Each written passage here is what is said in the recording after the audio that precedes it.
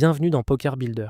Aujourd'hui, on répond à une question simple mais qui explique toute l'économie du poker. Pourquoi, au poker, on mise avant même de recevoir ses cartes? Et au passage, à quoi sert ce fameux bouton qui se balade autour de la table? Si tu comprends ça, tu comprends pourquoi il y a de l'action, pourquoi certaines places voilà, sont plus confortables que d'autres, et pourquoi on ne peut pas jouer exactement pareil selon qu'on est au bouton ou en grosse blinde. Partie 1. Les blinds, c'est le loyer pour jouer. Imagine une partie où personne n'est obligé de mettre un centime au milieu avant de voir ses cartes. Qu'est-ce qui se passerait? Très souvent, tout le monde attendrait une main énorme. Les joueurs diraient: je ne risque rien, je peux passer gratuitement.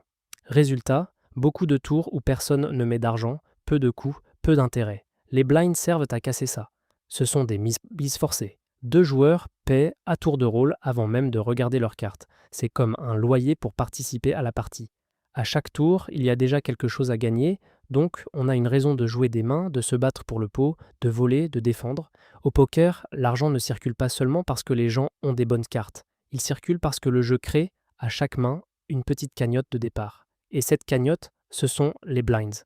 Partie 2. Le bouton, c'est le repère de position et de rotation. Maintenant, parlons du bouton. Le bouton, c'est un marqueur. Il indique qui est le donneur théorique, même si en casino, c'est un croupier qui distribue. Mais surtout, le bouton sert à deux choses essentielles. Premièrement, il détermine la position. Après le flop, celui qui parle en dernier a un avantage énorme parce qu'il voit ce que les autres font avant de décider. Le bouton est justement la meilleure position post-flop. En général, tu agis en dernier sur les tours d'enchères après le flop.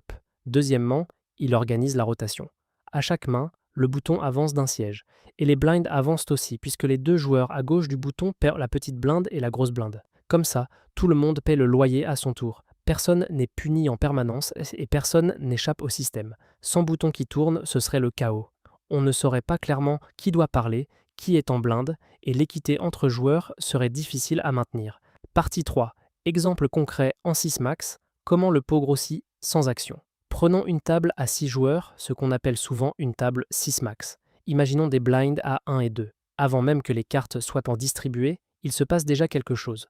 Le joueur en petite blinde met 1, le joueur en grosse blinde met 2. Donc, quand l'action commence, il y a déjà 3 au milieu. Et ce pot de 3 existe même si absolument tout le monde décide de passer. Regarde ce que ça change. Si tout le monde passe jusqu'au bouton, le bouton peut se dire: si je relance, j'ai une chance de gagner ces 3 tout de suite. C'est ce qu'on appelle voler les blinds. Et si le bouton relance, la grosse blinde peut se dire: attends, j'ai déjà mis 2. Si je passe, je perds automatiquement mon argent. Si je paye, je peux me battre pour récupérer au moins une partie de ce que j'ai déjà investi. C'est l'idée de défendre sa blinde. Tu vois la mécanique? Sans même parler de la qualité des cartes, le simple fait que 3 soient déjà au milieu crée une tension. Quelqu'un peut essayer de prendre le pot et quelqu'un d'autre peut vouloir le protéger. Et maintenant, pense à un détail important. Les blinds tournent. Sur 6 joueurs, tu vas payer la grosse blinde régulièrement. Donc tu ne peux pas te contenter d'attendre uniquement des mains premium. Parce qu'en attendant, tu payes des blinds encore et encore. Partie 4. Sans blinds, le poker deviendrait un jeu d'attente. C'est un point clé. Les blinds ne sont pas là pour faire joli ou parce que c'est une tradition. Elles sont là pour forcer l'action.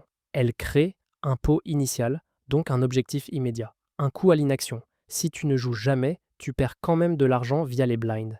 Un rythme. Plus le niveau des blinds augmente, plus la pression augmente. C'est exactement pour ça qu'en tournoi, les blinds montent. On veut éviter que tout le monde reste en mode attente pendant des heures. On veut que, petit à petit, les joueurs soient obligés de prendre des décisions, de s'adapter, de bouger. Même en cash game où les blinds ne montent pas, elles créent cette dynamique permanente. Tu ne peux pas rester gratuitement à la table. Partie 5. Le lien direct entre blinds, boutons et stratégie. Le bouton et les blinds forment un duo. Le bouton te donne souvent l'avantage de parler en dernier après le flop. Donc tu peux jouer plus de mains, attaquer plus souvent, mettre la pression. Les blinds, elles, sont des positions plus inconfortables. Tu as déjà investi de l'argent, mais tu es souvent hors de position après le flop. Tu dois donc apprendre à défendre intelligemment.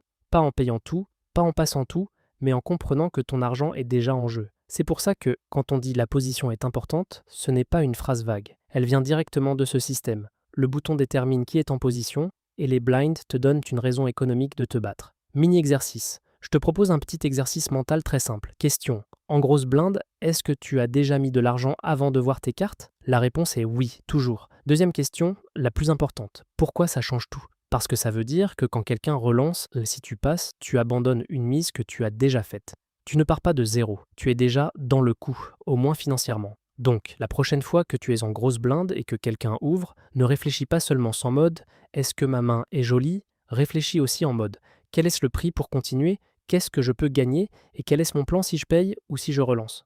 Conclusion. On mise avant les cartes parce que le poker a besoin d'un moteur économique. Les blinds créent ce moteur. Elles mettent de l'argent au milieu et empêchent le jeu de devenir une simple salle d'attente de main parfaite. Le bouton, lui, organise la rotation et la position. Il répartit équitablement qui paye les blinds et il définit qui aura l'avantage d'agir en dernier après le flop. Si tu veux progresser plus vite sur ces bases et les transformer en décisions concrètes à la table, tu peux faire un tour sur pokerbuilder.com.